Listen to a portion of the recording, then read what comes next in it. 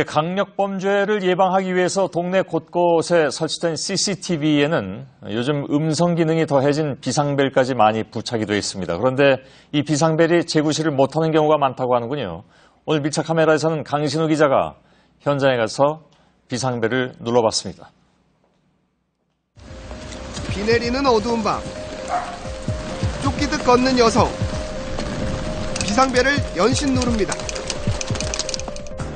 네, 이것이 비상벨입니다. 이 비상벨을 누르게 되면 저 위로 보시는 CCTV가 실시간 녹화가 됩니다. 그런데 이렇게 유용할 수도 있는 비상벨이 예산 낭비만 하고 있다는 지적을 받고 있습니다. 2012년 오원춘 사건 등 강력 사건이 벌어진 이후 전국 지자체들이 방범용 CCTV 기능을 향상시키면서 비상벨 설치도 덩달아 늘었습니다. 현재 경기도 내에만 13,000여 개. 그런데 현장에서 눌러보니 문제가 있습니다. 제가 크게 얘기하는데 안 들려요?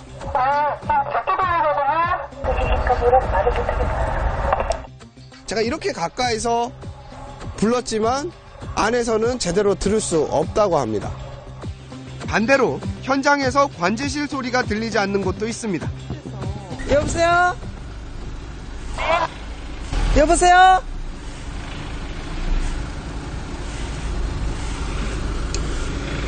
그래서 마이크를 가까이 안 하는 것 같아요. 근데 이거 스피커 나쁜 거예요. 네. 오원춘과 박충봉 사건이 일어난 곳과 인접한 주택가입니다. 이곳에도 이렇게 비상벨이 있는데요. 어떤 시스템으로 운영이 되고 있는지 제가 한번 눌러보겠습니다.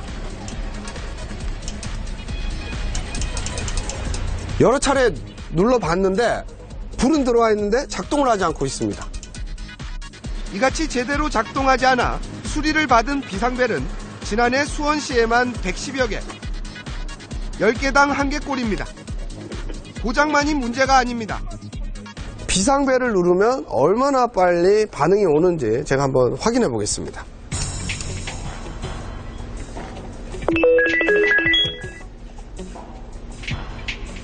관제센터입니다. 33초가 걸렸습니다. 이렇게 반응이 빠르지가 않는 건가요? 누르면 안 되는 오랫동안 누르면 벨소리가 오랫동안 나기 때문에 그 차이점 때문에 그럴 겁니다. 아이들의 접근성도 떨어집니다.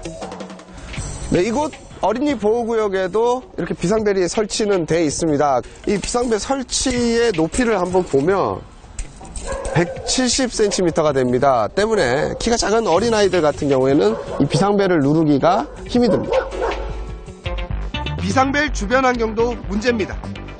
CCTV가 설치된 이곳에도 저렇게 비상벨이 설치되어 있습니다. 이곳 역시 이 차가 전방을 가로막아 서고 있습니다. 그런데 냄새와 파리가 많이 날리고 있는데요. 이 돌아서서 보니 이번에는 쓰레기가 막아서고 있습니다. 실제로 쓰레기 수거 장소로 쓰이는 곳에 비상벨이 여러 군데 설치되어 있습니다.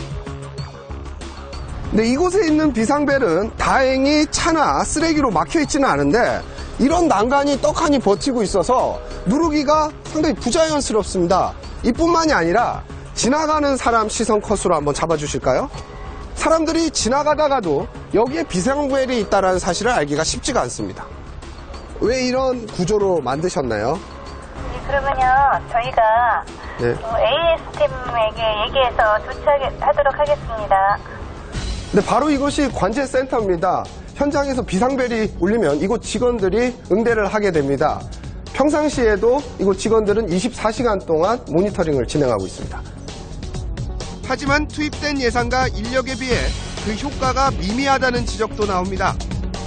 경기도 일부 시에서는 지난 9년간 비상벨을 통한 위험이나 사고 신고가 한 건도 없었습니다.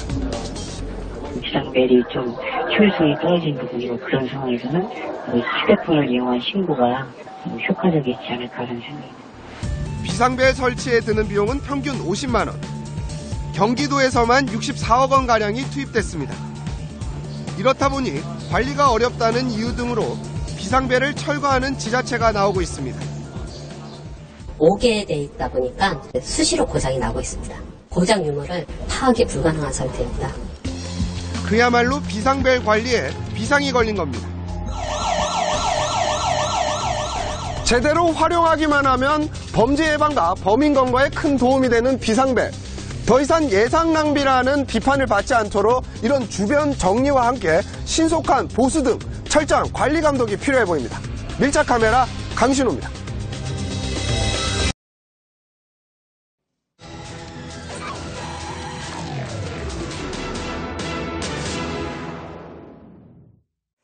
요즘 지방자치단체들이 스마트 행정이라는 이름으로 각종 무인 설비를 늘려가고 있습니다. 범죄나 사고 예방부터 생활 편의를 위한 24시간 관리까지 무인 시스템에 의존하는 기능이 갈수록 늘고 있는 건데, 문제는 그럴듯하게 설치만 해놓고 관리를 안 해서 무용지물이 된 경우가 많다는 겁니다. 밀착 카메라 고석승 기자입니다. 서울 중곡동의 한 골목길입니다. 쓰레기 무단 투기를 막기 위해서 설치해놓은 무인감시 분리수거함입니다. CCTV로 촬영 중이라는 문구가 곳곳에 붙어 있는데요. 하지만 자세히 들여다보면 이 비닐류를 버리는 곳엔 이렇게 플라스틱 용기가 버려져 있고요. 또 이쪽 스티로폼을 버리는 곳에는 따로 분리해서 버려야 할 수액 비닐팩도 들어가 있습니다. 이 정도면 무인 감시 체계가 벌써 작동됐어야 하는 상황입니다. 하지만 인근 주민들은 단속이 이뤄지는 걸 본 적이 없다고 말합니다. 그런 사람을 한번 잡은 적이 있냐고. 없잖아. 해놓으면 안 했다지. 그런 쪽으로 세금 낭비해? 서울 창동의 한 골목길에도 쓰레기 무단 투기 감시용 무인 장비가 설치돼 있습니다. 하지만 감시 설비를 비웃기라도 하듯 바로 옆에 버려진 쓰레기가 굴러다닙니다. 최근 몇 년 새 지방자치단체들은 스마트 행정이라며 앞다퉈 각종 무인 설비를 설치하고 있습니다. 하지만 설치만 해놓고 관리는 제대로 안 하는 바람에 무인 설비들이 무용지물이 되고 있는 겁니다. 위험하오니 뒤로 물러서 주십시오. 차도 가까이 다가서자 뒤로 물러나라는 경고방송이 나옵니다. 서울 광진구청이 횡단보도에 설치한 보행자 안전대기 무인장치입니다. 무단 횡단을 하려는 보행자가 있으면 자동으로 경고방송을 내보내 사고를 막겠다는 겁니다. 하지만 관리 소홀 등으로 센서가 작동하지 않는 설비를 쉽게 찾을 수 있습니다. 또 정작 무단 횡단이 많은 번화가에서는 이 설비가 사라지기도 했습니다. 바로 이 횡단보도에도 몇 년 전 안전 대기 장치가 설치되어 있었는데요. 지금은 보시는 것처럼 흔적도 없이 철거돼 버렸습니다. 작동이 되다 안 되다 선명 나가다 밝히고 참기는 걸려 넘어지기도 하고 근데 내가 봤을 때 무전지물이야. 구청은 장비를 보완할 계획이라고 말합니다. 거기는 실효성이 없다고 판단해서 2015년도에 다른 곳을 이전한 겁니다. 스티커에 대해서 업그레이드 작업을 지금 진행을 하고 있습니다. 요즘 많은 지자체가 앞다퉈 설치하고 있는 비상벨입니다. 긴급 상황이 생겼을 때 이 비상벨을 누르게 되면 내장되어 있는 스피커와 마이크 그리고 CCTV 등을 통해서 상황실과 대화를 할 수 있게 됩니다. 제가 직접 한번 눌러보겠습니다. 이 비상벨을 눌러도 아무런 대답이 없습니다. 서울시가 직접 관리하는 일대 비상벨을 다 둘러봤지만 모두 작동이 안 되는 상태입니다. 구청들이 관리하는 비상벨도 상황은 비슷합니다. 비상벨이 거미줄로 뒤덮여 있고 쓰레기 분리수거함에 가려져 있는 경우도 있습니다. 있는지도 몰랐고 이렇게 가려져 있으니까 더 모르겠고 작업실이 있어서 매일 저녁마다 왔다 갔다 하거든요. 취재가 시작되자 서울 마포구청은 뒤늦게 관내 비상벨을 점검하는 작업에 돌입했습니다. 저희가 이제 돌아다니면서 눌러보기는 하는데 아날로그 방식이다 보니까 고장이 좀 잦아요. 이를 지금 계획하고 있거든요. 주민들의 편의와 안전을 위한다는 그 취지는 분명 좋습니다. 하지만 아무리 좋은 뜻으로 만든 시설이라도 세심한 관리가 뒤따르지 않는다면 무용지물일 뿐입니다. 이용하는 주민들의 성숙한 시민의식도 물론 중요하다는 사실 잊지 말아야겠습니다. 밀착 카메라 고석승입니다.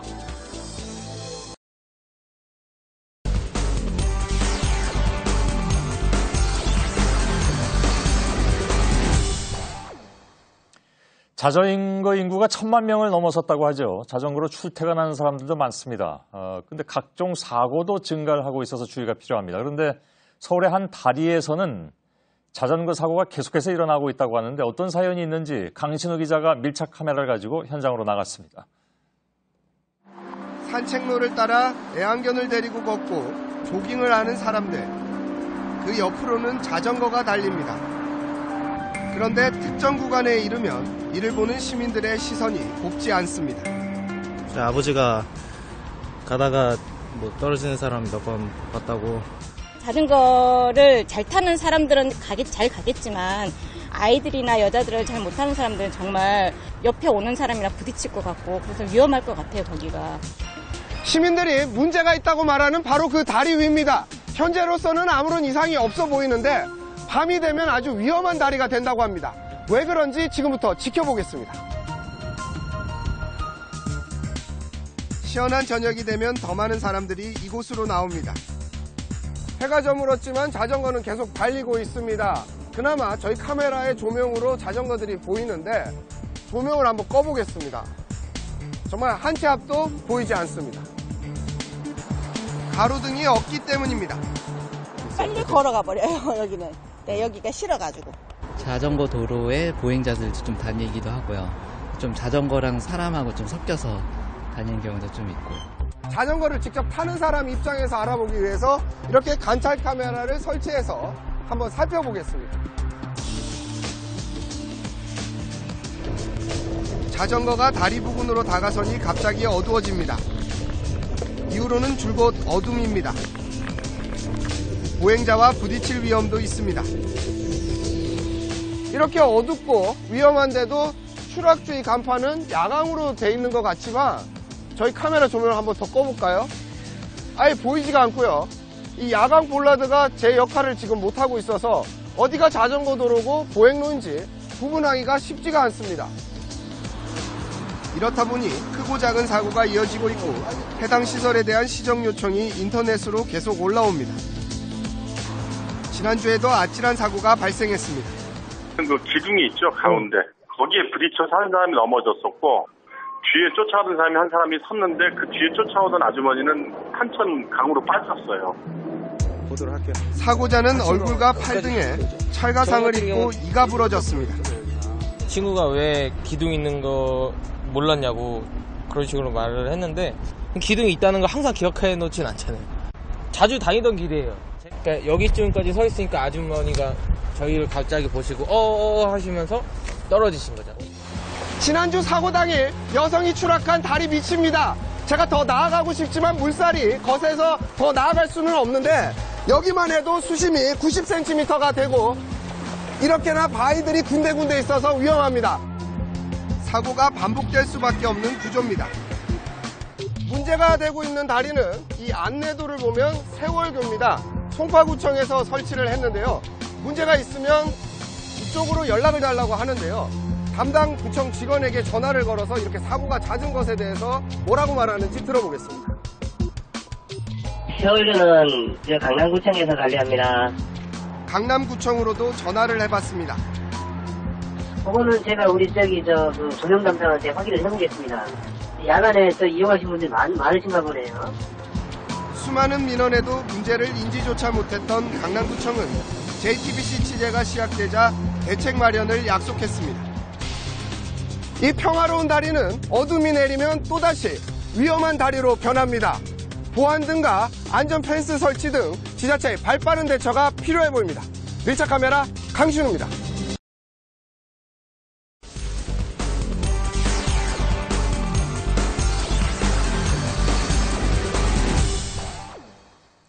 고속도로에서 장시간 운전하다 보면 졸음을 참기 힘들 때가 많습니다. 그래서 4년 전부터 고속도로에 졸음 쉼터를 늘리고 있는데요. 운전자의 안전을 위한 곳인데 오히려 사고를 유발하는 경우가 많다고 합니다. 더러는 불쾌감을 주는 경우까지 있다고 하는데요. 밀착 카메라 박소연 기자입니다. 운전자들이 졸음 쉼터에서 쪽잠을 청합니다. 차에서 내려 장시간 운전으로 인한 피로를 풀기도 합니다. 많이 피곤하시죠? 전례 가시죠. 한 5분, 10분 쉬면은 잠이 깨죠. 쉼터의 편의시설은 어떤지 확인해봤습니다. 이곳 졸음센터는 주차 공간만 있고 운전자들이 내려서 잠시 쉴 수 있는 장소는 전혀 없습니다. 이런 가드레일과 펜스 옆에는 이렇게 먹다 버린 물병도 발견되고요. 또한 이 담배꽁초 가득한 일회용 컵도 곳곳에 버려져 있습니다. 곳곳에 휴지들이 버려져 있고 먹다 남은 음식물이 나뒹굽니다. 쓰다버린 이불도 발견됐습니다. 의자도 나오고 지저분한 데도 있는 데도 있으니까 관리가 잘 안 되고. 경부고속도로 하행선에 있는 오산 쉼터입니다. 보시는 것처럼 차량을 주차할 수 있는 공간이 이렇게 마련되어 있는데요. 안내판 한번 보시죠. 화장실과 매점 등 편의시설을 이용하려면 인근에 있는 휴게소를 이용하라 라고 적혀 있습니다. 전국에 있는 졸음쉼터 160곳을 조사해봤더니요. 이곳처럼 화장실이 없는 경우가 절반 이상이었습니다. 화장실이 없어 아이들은 쉼터 가장자리에서 용변을 해결하기도 합니다. 심지어 운전자들이 앉아서 쉴 의자 뒤에서 인분이 발견되기도 했습니다. 졸음 쉼터가 사고를 유발한다는 지적도 나옵니다. 지난 7일 경기도 용인의 경부고속도로에서 갑자기 졸음 쉼터로 가려던 트럭으로 인해 사고가 발생했습니다. 승용차가 트럭을 피하려다 쉼터 진입로에 주차된 차량을 들이받은 겁니다. 운전자들은 졸음 쉼터의 진입로가 지나치게 짧다고 입을 모읍니다. 왔다가 나갈 때도 속도를 못 내요. 이게 100km씩 달리고 하는데 이게 한 30m 거리에서 100km 낼 수가 없어요. 그래서 좀 위험하기도 하고. 취재진이 직접 호남고속도로 하행선의 한 쉼터에 들어가 보고 차에서 내려 현장을 확인해 봤습니다. 졸음쉼터 저녁에는 시간당 30km 이하로 달려야 하는데요. 지금 보시는 것처럼 진입로가 굉장히 짧다 보니까요. 속도 늦추기가 굉장히 어려워 보입니다. 전문가와 함께 졸음쉼터에 들어오는 차량의 속도를 재본 결과 상당수가 제한 속도를 2배 가까이 넘겼습니다. 원만하게 속도를 줄일 수 있는 방향이 되도록 길이를 좀 늘리고요. 본선에 합류할 때도 충분히 가속을 해서 나갈 수 있도록 공간의 재설계가 필요할 것 같습니다. 쉼터 진입로의 불법 주정차도 사고 원인으로 꼽힙니다. 영동고속도로 상행선 반면에 있는 한 졸음쉼터입니다. 보시는 것처럼 차량들이 빠른 속도로 달리고 있는데요. 이곳은 아직 졸음쉼터가 시작되지 않는 한 갓길 부분인데도 차량 2대가 이렇게 나란히 주차되어 있습니다. 뿐만 아니라 반대편 한번 보시죠. 아직 주차장이 시작되지 않았는데 차량 여러 대가 이렇게 주차되어 있습니다.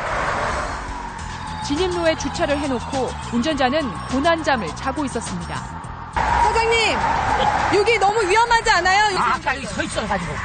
차들이 많아서? 예, 차들이 많아가지고 들어가지 못해서. 안쪽으로 오세요. 위험해요. 꼭 지정된 주차 공간에서 휴식을 취하여야 하겠습니다. 가속 방지 시설 등 진출입로의 안전시설을 지속적으로 보강하고 있습니다. 졸음쉼터는 운전자의 안전한 휴식을 위해 조성된 공간입니다. 하지만 그 의미가 무색하게도 졸음쉼터에서 발생한 교통사고 비율은 매년 늘어나고 있습니다. 졸음쉼터를 늘려가는 것도 중요하겠지만요. 무엇보다 안전성 확보가 우선이겠죠. 밀착 카메라 박소연입니다.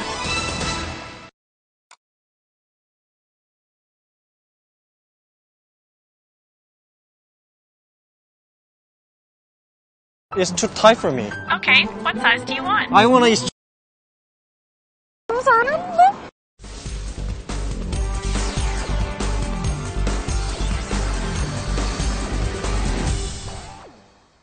네, 밀착 카메라의 박소연 기자가 전기차를 타고 수원까지 갔다 왔습니다. 엔진 소리도 없고 덜컹거림도 없고 그야말로 멋진 드라이브가 될 수 있었는데 문제는 전기가 떨어지면 끝이라는 것이죠.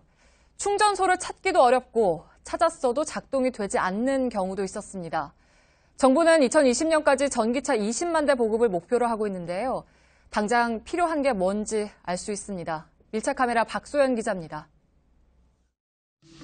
보통 차량 뒤쪽에 기름을 넣을 수 있는 주유구가 있습니다. 그런데 옆차를 보니까요. 특이하게도 앞쪽에 있습니다. 뚜껑을 한번 열어봤더니 충전 케이블을 꽂을 수 있는 동그란 홈들이 들어가 있습니다. 이 차는 기름이 아닌 전기로 움직이는 전기 자동차입니다. 친환경 차량으로 각광받고 있는데 오늘 하루 밀착 카메라가 이 차를 한번 타보겠습니다. 차량 시동이 정상적으로 걸렸습니다. 시동을 걸었지만 엔진 소음 없이 조용합니다. 고속도로를 타고 1시간여를 달린 뒤 가장 가까운 전기차 충전소에 들어갔습니다. 충전 방식을 선택한 뒤 차량에 충전기를 꽂았지만 곧바로 작동을 멈춥니다. 충전을 시작한 지 0.2초 만에 충전이 완료됐다는 문구가 화면에 떴습니다. 충전된 전력은 0. 아무래도 기계에 이상이 생긴 것 같습니다. 오래 걸려요? 수리하는데? 지금 당장은 안 될 것 같아요. 부품이 없어가지고 내일이나 다시 보내야 될 것 같아요. 결국 다른 충전소를 찾았습니다. 이곳에서 가장 가까운 게 영통구에 있는 한 충전소입니다. 이곳으로부터 한 6km 정도 떨어져 있는데요. 지금 가보겠습니다. 다행히 충전기가 제대로 작동했지만 충전을 완료하는데 35분을 기다려야 했습니다. 이처럼 전기차 운전자들이 부족한 충전소와 고장으로 낭패를 당하는 사례가 늘고 있습니다. 제가 강릉을 한번 놀러 간 적이 있었는데 그때 왕복 갔다 오는 시간이 23시간이 걸렸습니다. 기본적으로 충전기가 고장나 있는 데도 있고 충전기 위치 정보가 제대로 공유되지 않는 점도 이용자를 혼란스럽게 합니다. 다운로드 수가 가장 많은 어플리케이션을 이용해 한 충전소에 가봤습니다. 전기자동차 충전소라고 적힌 간판을 따라 들어가 봤습니다. 하지만 충전기는 사라진 채 바닥을 보니까요. 이렇게 충전기를 설치한 흔적만 남아 있습니다. 수영을 갖다 놓고 아니면 철거할 거다 이렇게 말들이 많다가 결국에는 철거하는 쪽으로 이렇게 진행되는 걸로 알고 있습니다. 작년 한 11월 달쯤? 환경부가 지난해 여름 일부 충전소를 폐쇄했지만 민간 어플리케이션에서는 반영되지 않는 겁니다. 환경부와 지자체, 공공기관에서 운영하는 충전소 정보를 통합적으로 확인할 수 있는 공식 홈페이지와 어플리케이션이 아직 없습니다. 사후 관리라든지 민원에 대한 처리할 수 있는 경로만 명확하면 저희가 다 공개를 하려고 지금 하고 있고요. 친환경 전기 택시를 시범 운영하는 한 택시 회사는 차량 8대 가운데 4대 운행을 중단했습니다. 짧은 주행거리에 비해 긴 충전 시간 때문입니다. 충전하는데 하루에 많이 하는 분들은 한 3시간 정도요. 10시간 일할 거면 한 2시간 일 더 해야죠. 회사 탄핵금 마치려면. 전국에 설치된 전기차 급속 충전 시설은 모두 337곳. 정부가 다음 달부터 충전소 이용을 유료화하기로 하면서 불만의 목소리는 더 커지고 있습니다. 인프라스트럭처라든가 전기 충전 시설을 어떻게 관리할 것이라든가 어느 정도까지의 비용을 소비자들이 마음 편하게 지불할 수 있는지 고찰이 더 많이 필요하다고 생각해요. 전기자동차 충전소가 부족하고 알 수 없는 고장도 잦다면 이용자가 안심하고 자동차를 탈 수 없겠죠. 말로만 친환경 할 게 아니라 안심하고 탈 수 있도록 불편 없는 충전소 확대가 우선돼야 할 것입니다. 밀착카메라 박소연입니다.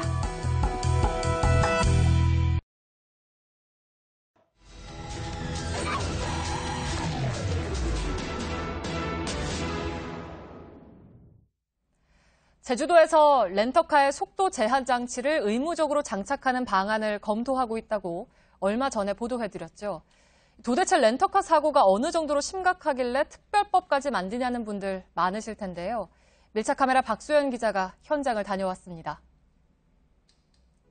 제주도가 렌터카 사고로 고민이 깊습니다. 아예 렌터카에 속도 제한 장치를 설치하겠다고 나설 정도인데요. 렌터카의 안전의식 수준이 어느 정도인지 밀착 카메라가 긴급 점검해 보겠습니다. 은색 승용차가 화단 위에 위태롭게 서 있고 뒷면이 심하게 훼손된 검은색 차량이 반대편 차선에서 멈춰서 있습니다. 사고 현장으로 가봤습니다. 제주 서귀포시에서 성산 1출봉 방면으로 가는 일주도로입니다. 하단 아래쪽에는 깨진 유리 조각과 차량 부품이 이렇게 곳곳에 떨어져 있습니다. 이쪽에는 아예 교통 표지판이 뿌리가 뽑힌 채 이렇게 쓰러져 있습니다. 지난 15일 오후 2시 40분쯤 은색 렌터카를 몰던 31살 A씨가 검은색 차량을 들이받았습니다. 렌터카가 유턴을 하기 위해 정차하고 있던 검은색 차량을 뒤늦게 발견한 겁니다. 이 사고로 운전자 2명을 포함한 4명이 다쳤습니다. 자동차 공업사에서는 수리 중인 렌터카를 어렵지 않게 찾을 수 있습니다. 이곳에 들어온 사고 차량 30대 가운데 7대가 렌터카입니다. 배터리가 훤히 들여다 보일 정도로 차량 안면부가 심하게 훼손됐습니다. 차량 안쪽을 보면요. 운전석뿐만 아니라 이렇게 보조석, 측면 에어백도 모두 다 터졌습니다. 당시 사고 충격이 어느 정도였는지 가늠할 수 있을 정도입니다. 신호 위반하고 과속들이 많으세요, 렌트카들이. 의외로. 길이 이제 한산하다 보니까 막 달리는 경우도 그냥 질주하시는 경우가 약간 있고요. 지난해 제주도에서 발생한 렌터카 교통사고가 527건, 하루에 한 번 이상 발생한 건데 숨지거나 다친 사람도 955명에 달합니다. 전국 17개 시도별로 차량 교통사고에서 렌터카가 차지하는 비율을 따져봤더니 제주도는 8.8%로 다른 지역 평균 2.5%보다 3배 넘게 높았습니다. 제주도에서 렌터카가 빠르게 증가하면서 그만큼 사고도 늘고 있는 겁니다. 사는 사람 입장에서는 솔직히 좀 무섭습니다. 방어 운전을 해야 하고 렌터카를 보면 좀 피하기도 하고. 렌터카 과속 실태가 어느 정도인지 경찰의 과속 차량 단속에 동행했습니다. 최고 속도 시속 70km로 제한하고 있는 제주 봉계동 왕복 6차선 도로입니다. 시속 107km, 시속 100km. 단속을 시작한 지 10분 만에 렌터카 넉 대가 잇따라 단속 카메라에 찍혔습니다. 이 때문에 제주도에선 렌터카에 속도 제한 장치를 달아 차량 속도를 시속 90km로 제한하는 특별법을 검토하고 있는 상황. 하지만 이에 앞서 제주도가 관광객들에게 사고가 잦은 위험도로를 안내하는 등 교통사고 예방에 적극 나서야 한다는 지적이 나옵니다. 일명 516도로, 지방도 1131호선은 험한 도로로 굉장히 유명합니다. 밤에는 어떤 모습일지 직접 주행해 보겠습니다. 가로등 하나 없는 산길이어서 이곳을 지나는 대부분 차량이 상향등을 킨 채 운행합니다. 곳곳에 구불구불한 커브길이 이어지는데 빠른 속도로 추월하는 차량도 목격됩니다. 관광객들에게 드라이브 코스로 알려진 일명 1100도로도 오르내리막길이 이어져 방어 운전을 해야 하는 도로입니다. 제주 지역 렌터카 속도 제한은 여전히 논란의 대상입니다. 규제에 앞서 유독 제주 지역에서 렌터카 사고가 급증하고 있는 이유에 대한 깊은 고민과 이에 따른 대책 마련이 필요해 보입니다. 밀착카메라 박소연입니다.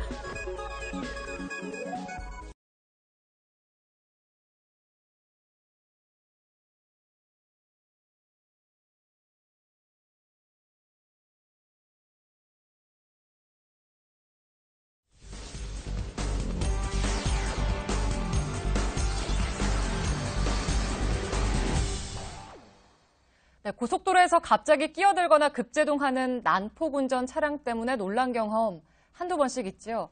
이런 차량들을 잡아내기 위한 암행 단속 순찰자가 이번 달부터 투입됐습니다. 밀착카메라 고석승 기자가 단속 현장 동행했습니다. 버스 한 대가 고속도로를 달립니다. 얼마 뒤 다른 버스 한 대가 갑자기 끼어들더니 급제동을 합니다. 급제동을 반복한 버스 기사는 분이 풀리지 않는지 아예 차를 세우고 내린 뒤 욕설을 쏟아냅니다. 앞 차량이 빨리 가지 않는다며 보복 운전을 한 건데 당시 두 버스에는 승객 70여 명이 타고 있었습니다. 일반 도로보다 더 안전에 주의를 기울여야 하는 고속도로. 각종 난폭 운전과 얌체 운전이 끊이지 않습니다. 제 옆에 있는 이 차, 일반 승용차처럼 보이는데요. 사실 이 차가 바로 지난 1일부터 도입된 고속도로 암행 단속 순찰차입니다. 고속도로의 각종 범법 행위를 잡아내는 건데요. 이 경찰 마크도 탈부착이 쉽도록 이렇게 스티커로 제작이 돼 있습니다. 오늘 하루 이 차를 타고 직접 단속에 동행해 보겠습니다. 단속에 나선 지 10분도 지나지 않아 승용차 한 대가 버스 전용 차로로 들어서는 모습이 포착됩니다. 경찰의 사이렌 소리에 황급히 차로를 변경해보지만 소용없습니다.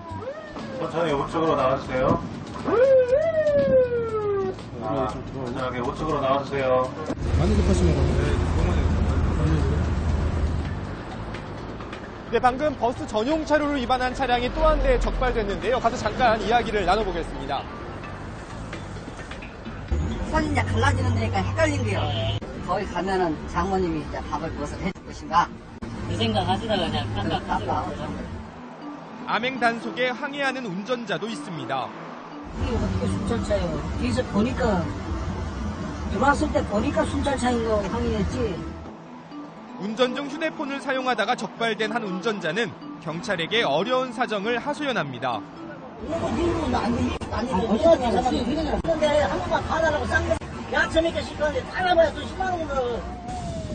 검찰 도중 경찰관의 목소리가 갑자기 다급해집니다. 난폭운전 차량이 포착된 겁니다. 방향 지시를 한 번도 안 했습니다. 들어갑니다. 차로를 급변경하는 칼치기는 물론 과속에 버스 전용차로 위반까지 일삼습니다. 10여 분간의 질주 끝에 결국 경찰에 덜미를 잡혔습니다. 원래 좀 운전을 좀 급하게 좀 하시는 편이세요? 오늘 좀 급해가지고. 도로 위에 암행 순찰차가 있다면 하늘에는 순찰 헬기가 있습니다. 암행 순찰차가 미처 단속하지 못한 얌체운전, 난폭운전은 바로 이 헬기로 잡아내게 되는데요. 헬기에는 600m 상공에서 자동차 번호판까지 식별 가능한 고성능 카메라가 장착되어 있습니다. 굉음을 내며 이륙한 헬기가 고속도로 상공을 오가며 단속에 나섭니다. 얼마 지나지 않아 차로 위반 차량이 헬기 카메라에 포착됩니다. 난폭운전으로 당장 조치가 필요한 차량은 암행순찰차의 통보에 단속에 나서기도 합니다. 경찰은 연말까지 암행순찰을 전국 고속도로로 확대할 예정입니다. 암행단속으로 적발되는 차량이 끊이지 않는 건 그만큼 우리 운전 문화가 아직 여러모로 부족하다는 방증입니다. 더 안전하고 쾌적한 고속도로를 만드는 방법, 암행단속보다 운전자 스스로의 양심단속이 더 효과적입니다. 밀착카메라 구석승입니다.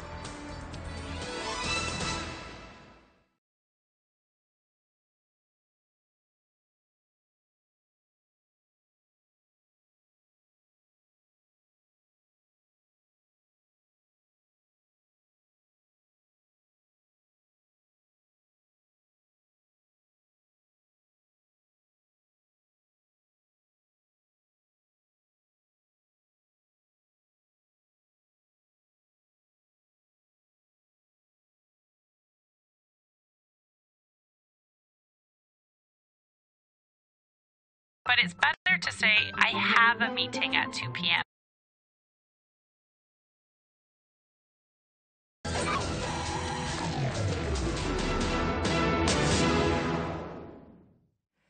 홍대 입구역이나 건대 입구역, 이렇게 인근 대학 이름들이 지하철역 이름으로 자주 사용되죠. 홍보 효과 때문에 역 이름을 차지하기 위한 경쟁이 치열합니다.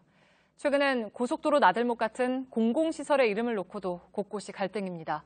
밀착카메라 고석승 기자가 취재했습니다. 올해 11월 개통을 앞둔 제2영동 고속도로 공사 현장에 가봤습니다. 제 옆으로 여주로 진입하는 나들목 공사가 한창 진행 중입니다. 그런데 이 도로 개통이 코앞으로 다가왔지만 여전히 나들목 이름을 짓지 못한 상황인데요. 바로 이 이름을 두고 두 동네가 서로 갈등을 빚고 있기 때문입니다. 현수막까지 내걸어가면서 이름 전쟁을 벌이고 있는 두 동네는 여주 흥천면과 금사면입니다. 나들목이 위치한 흥천면 주민들은 새 나들목 이름을 흥천IC로 해야 한다고 말합니다. 시설이 들어서면 그 지역 명칭을 쓰는 것이 기본으로 되어 있습니다. 이번 예도 속지주의를 근거로 해서 우리 지역에 설치되기 때문에. 반면 금사면 주민들은 인지도가 높은 이포IC가 더 어울린다는 입장입니다. 이포보라든가 이포대교 이런 그 지명도 역시 그런 주민들이 이용하기 편리한 이런 쪽에서 따오지 않았나 이렇게 생각을 하고요. 관할 지자체는 난감합니다. 양쪽 대표를 같이 좀 같은 장소에서 좀 협의 좀 해보려고 노력을 좀 하고 있고요. 노력 중이라는 말씀만 드리고 싶습니다. 네. 지하철 제물포역도 요즘 이름 때문에 때 아닌 논쟁 중입니다. 공식 역명 뒤에 붙는 이른바 부기역명을 두고 논란이 한창인데요. 20년 넘게 인천대학교가 사용해오던 저 이름을 놓고 인근 세 대학이 갈등을 빚고 있는 겁니다. 어찌된 일인지 대학들의 이야기를 먼저 들어보겠습니다. 인천대는 본부를 송도로 옮겼지만 역명을 유지하겠다는 입장입니다. 핵심적인 캠퍼스로 거듭날 예정입니다. 역명 무기 사용을 3년 연장하는 계약도 체결하고 관련 사용료도 이미 모두 납부한. 하지만 인근 재능대는 재학생 상당수가 제물포역을 이용하고 있다는 점을 강조합니다. 재학생의 65%가 제물포역을 사용하고 있습니다. 실제로 제물포역에서 저희 학교가 셔틀버스도 운영을 하고 있는데요. 여기에 또 청운대 측은 관할구청의 지명위원회가 청운대를 부기영명으로 정했기 때문에 더 논쟁할 가치가 없다는 입장입니다. 광역자치단체 사이에 이름 전쟁이 벌어지는 경우도 있습니다. 경기도청은 지난해 말부터 서울 외곽순환고속도로의 이름을 수도권 제일순환도로로 바꾸기 위해 국토부에 요청 중입니다. 경기도가 서울의 외곽이라는 인상을 주기 때문이라는 겁니다. 하지만 서울시는 이런 움직임에 따로 대응하지 않고 있습니다. 이런 가운데 이름 전쟁이 낳고 있는 부작용도 만만치 않습니다. 지하철 병점역 앞입니다. 역 이름을 자세히 보시면 한신대학교가 함께 표시되어 있는데요. 이 주변으로 딱히 대학이 보이지는 않는데 실제 대학이 얼마나 떨어져 있는지 직접 한번 찾아가 보겠습니다. 버스로도 5정거장 정도를 더 가야 하고 도보로는 30분이 넘게 걸립니다. 수도권에만 이런 식으로 이름 붙여진 지하철역이 한둘이 아닙니다. 총신대 가려고 여기서 내리다 보면은 참 가야 돼, 총신대. 그렇기 때문에 전혀 이제 낯선 사람들은 총신대 찾아가기 어렵다는 이야기가 있어요. 전문가들은 공공시설물 이름 짓기 경쟁에 대해 우려를 표시합니다. 어떻게 알릴 것인가라고 하는 부분에 너무 초점이 맞추시다 보니까 이용자들은 사실은 굉장히 불편함을 오히려 거기서 느끼게 되는 부분들도 있고, 많은 사람들이 이용하는 공공시설물은 말 그대로 공공의 재산입니다. 이름 하나도 신중하게 지어야 하는 이유입니다. 정치적 창업적 고려보다 우선시돼야 하는 건 진짜 이 시설을 이용하는 시민들의 편이라는 사실 잊지 말아야겠습니다. 밀착카메라 고석승입니다.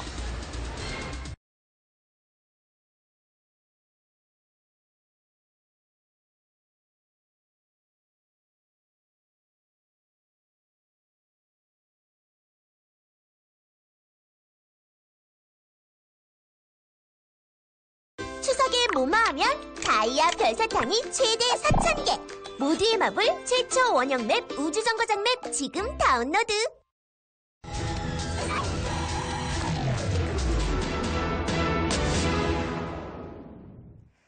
반려견과 함께 즐기는 해수욕장.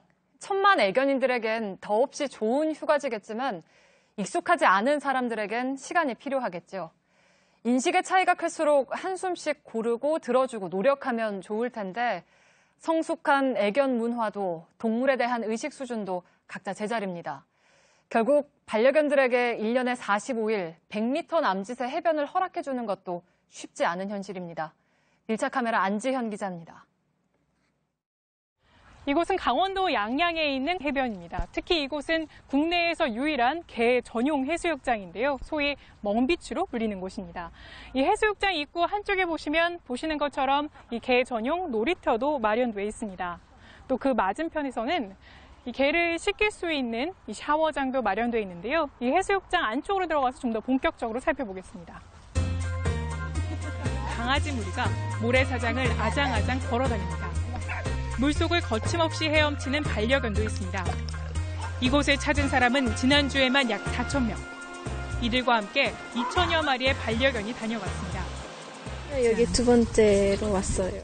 이제 해수욕장이 다 폐장되면은 이제 빈 해변에서 강아지랑 같이 놀았던 기억이 있어요. 뭐 신경 안 쓸 수 있어가지고 너무 좋고요. 청결을 위해 해수욕장 곳곳에 반려견용 배변 봉투를 비치해놓고 수거시 사료와 개 용품도 나눠줍니다. 실제로 멍비추로 이용되는 구간은 전체 해변 가운데 약 100m 정도입니다. 이 경계선을 보시면 이렇게 안전 펜스가 설치돼 있고 그 너머에 약간의 완충지대가 있고 그 이후에는 일반인 해수욕장이 마련돼 있습니다. 하지만 이 경계선 안팎의 분위기는 많이 다릅니다. 선 바깥에서는 반려견 해수욕장에 대한 곱지 않은 시선이 있습니다. 강아지들이 와 있으니까 바람이 들어오면 그쪽으로 인근 장애인 해수욕장 입구에도 반려견 출입을 금지한다는 표지판이 선명합니다. 장애를 갖고 있다 보면 작은 거에도 민감하게 반응하는 친구들이 또 있거든요. 그런 사람들한테는 좋을 리가 없죠. 법적으로는 국립공원과 도립, 국립공원 내 해수욕장에서만 반려동물의 출입을 제한할 수 있습니다. 하지만 적법 여부를 떠나 지역 주민이나 다른 이용객들과의 마찰은 존재합니다. 실제로 마찰 끝에 문을 닫은 선례도 있습니다.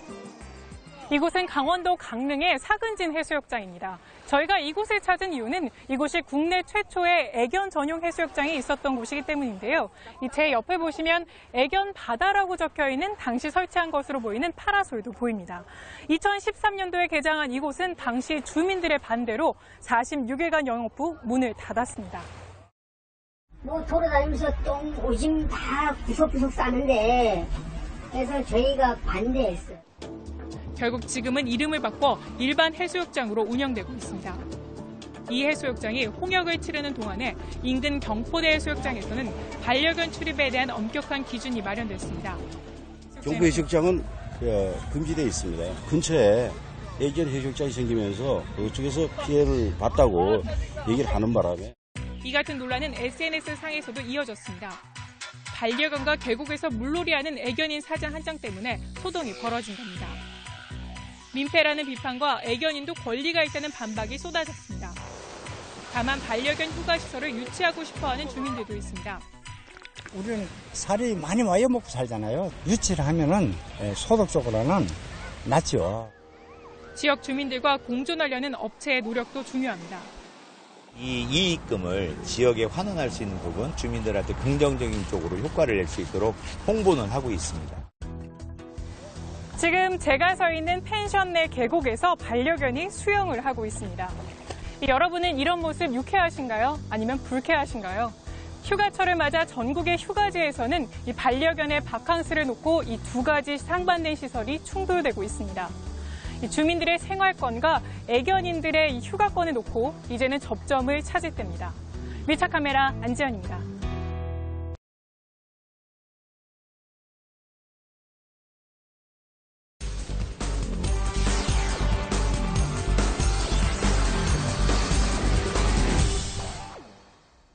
서울시가 얼마 전부터 공공자전거를 운영하고 있습니다. 이용료를 내고 빌려 타는 방식인데 편리하긴 하지만 좀 위험합니다. 밀착카메라 안지연 기자가 직접 타본 소감을 전해왔는데 실제 사고로 이어질 뻔했다고 합니다. 직접 확인해 보시죠. 제 옆에 이 자전거는 서울시 공공자전거인 일명 따릉입니다.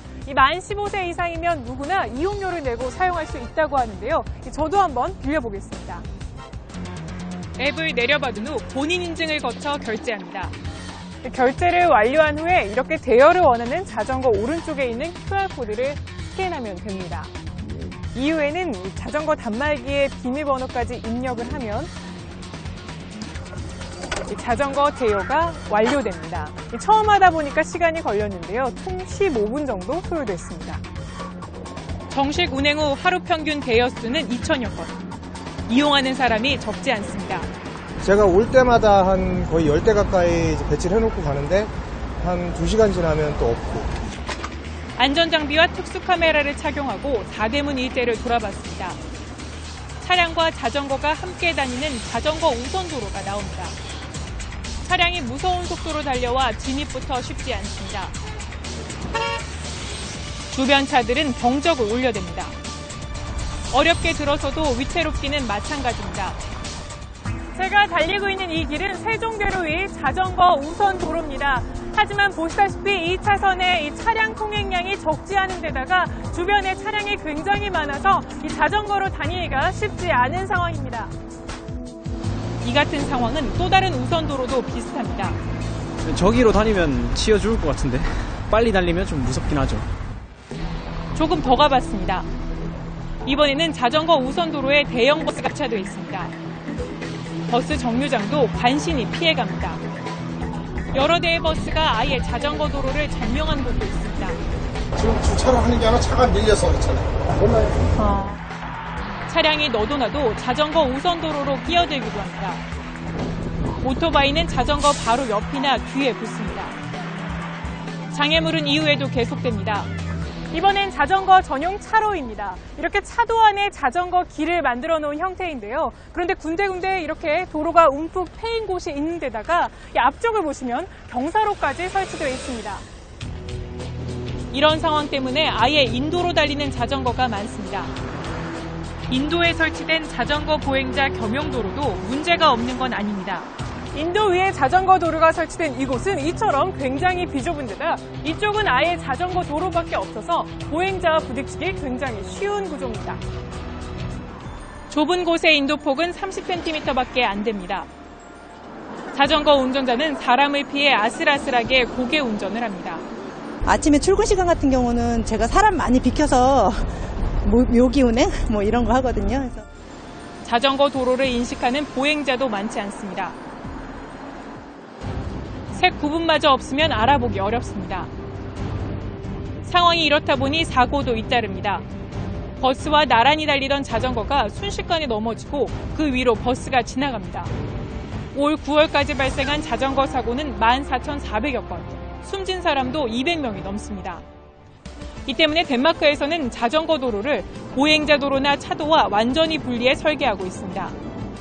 자전거를 생활 속 교통수단으로 정착시키겠다며 도입한 공공자전거 사업. 하지만 공공자전거를 무작정 늘리기에 앞서서 보다 안전한 자전거 도로에 대한 고민이 시급해 보입니다. 밀착 카메라 안지연입니다.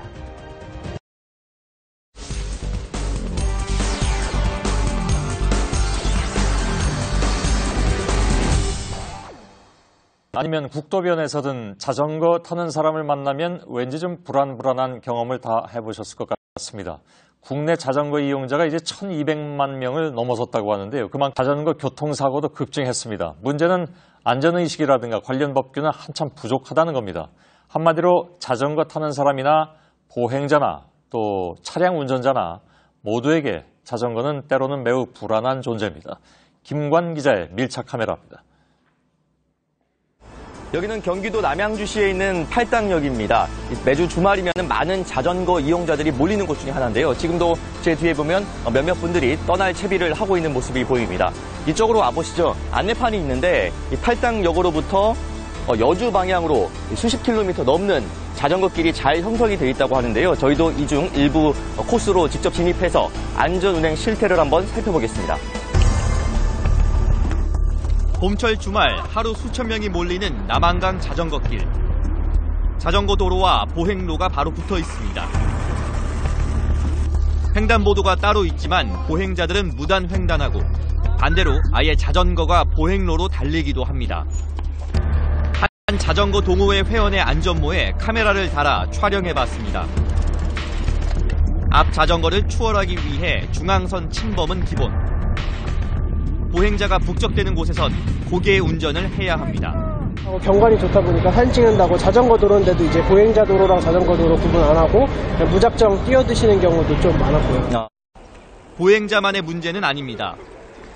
네, 제 뒤로는 이렇게 옛 능내역 기차역이 있습니다. 그래서 관광지로 활용되고 있는데 그러다 보니 이렇게 보행자들도 상당히 많이 지나다니는 곳입니다. 그래서 이 도로는 이렇게 시속 10km 정도로 자전거 운행 속도를 권장하고 있는데요.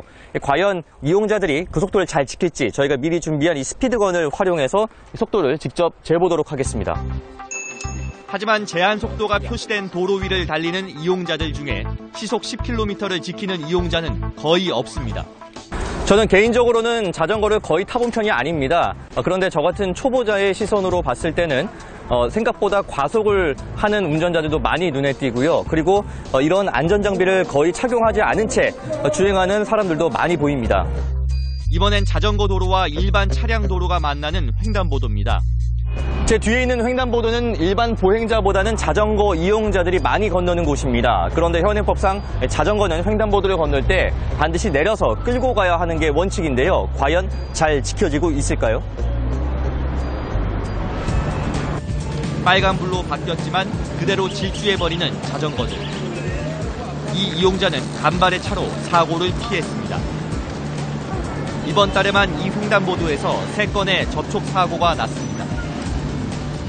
심야 자전거 이용자들이 많은 한강 둔치로 가봤습니다. 역시 수많은 자전거와 보행자들이 아슬아슬하게 서로를 피해야 합니다.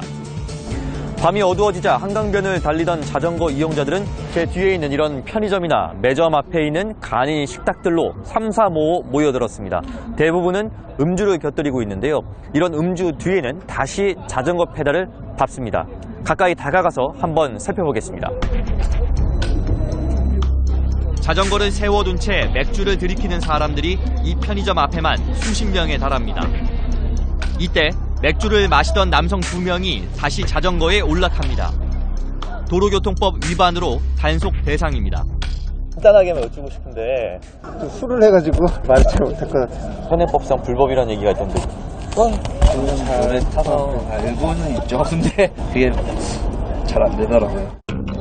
자전거는 오토바이처럼 엄연한 차량으로 분류되기 때문에 각종 안전 규정을 지켜야 합니다. 하지만 범칙금 등 처벌 규정이 없다 보니 대수롭지 않게 생각하기 일쑤입니다. 문제는 대형 차량들이 달리는 큰 도로에서 규정을 어기다간 대형 사고로 직결된다는 겁니다. 최근 5년간 자전거 사고로 목숨을 잃은 사람은 매년 300명에 달합니다. 자전거 이용자 수가 이제 1,200만 명을 돌파하고 있습니다. 자전거 이용자들이 많이 몰리는 곳마다 이런 안내판이 내걸려 있습니다. 정부가 꼭 지키자며 안전 규칙을 내걸어 놓은 건데요. 저희가 막상 현장에 와보니 이 가운데서 제대로 지켜주고 있는 것들은 많아 보이지 않습니다. 그런 가운데 자전거로 인한 교통사고 발생 건수는 급증하고 있습니다. 밀착 카메라 김관입니다.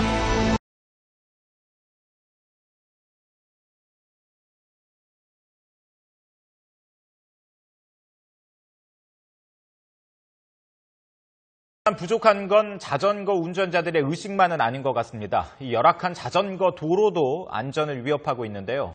네, 어떤 문제들이 있을까요? 양시창 기자가 자전거를 직접 타고 문제점을 진단해봤습니다. 경기 남양주시에서 서울 송파구 문종동까지 10년째 자전거를 타고 출근하는 신영찬 씨. 신 씨의 출근길에 자전거를 타고 동행했습니다. 잘 닦인 한강 자전거길을 지나 상쾌한 기분을 느끼기도 잠시. 경기도와 서울의 경계에 다다르자 갑자기 자전거 도로와 인도 표시선이 사라집니다. 서울시와 경기도의 자전거 도로와 인도 위치가 반대로 돼 있기 때문입니다. 두 자치단체가 따로 자전거 도로를 만들면서 빚어진 일입니다. 잠실대교로 나오면서 위험은 더 커졌습니다. 속도를 내는 차를 피해 길을 건너는 것조차 쉽지 않고 좁은 길을 통과하면서 마주오는 자전거와 부딪힐까 또 한 번 아연실색. 잠실대교를 지나서는 더 큰 장애물을 만났습니다. 바로 끊어진 자전거길. 여기 같은 경우는 인도하고 보행자하고 같이 쓰게끔 돼 있는 도로예요. 아, 여기가요? 네. 근데 그러니까 표시나 이런 게 전혀 없네요. 전혀 없죠. 전혀 없고 어떤 인터넷에서 지도나 도청 사이트에 자전거 전용도로 표시된 곳을 보면 그렇게 표시가 돼 있어요. 대부분 교차로와 지하철역 입구는 자전거 도로가 끊겨 있었습니다. 인도를 벗어나 차도로 나섰습니다. 왼쪽은 달리는 차, 오른쪽은 공사 구간, 게다가 정차하고 있는 차량까지. 차량 운전자들의 배려도 필요해 보입니다. 운전자분들께서 굉장히 좀 화를 내는 경우가 있어요. 크락션을 누른다든지 차선을 저쪽으로만 살짝만 붙여주시면 되는데 자전거 쪽으로 밀어붙인다든지. 많은 예산을 투입해 만든 자전거 도로 기반 시설, 곳곳이 끊겨 있고 막혀 있어 자전거 운전자의 안전이 위협받고 있습니다. YTN 양시창입니다.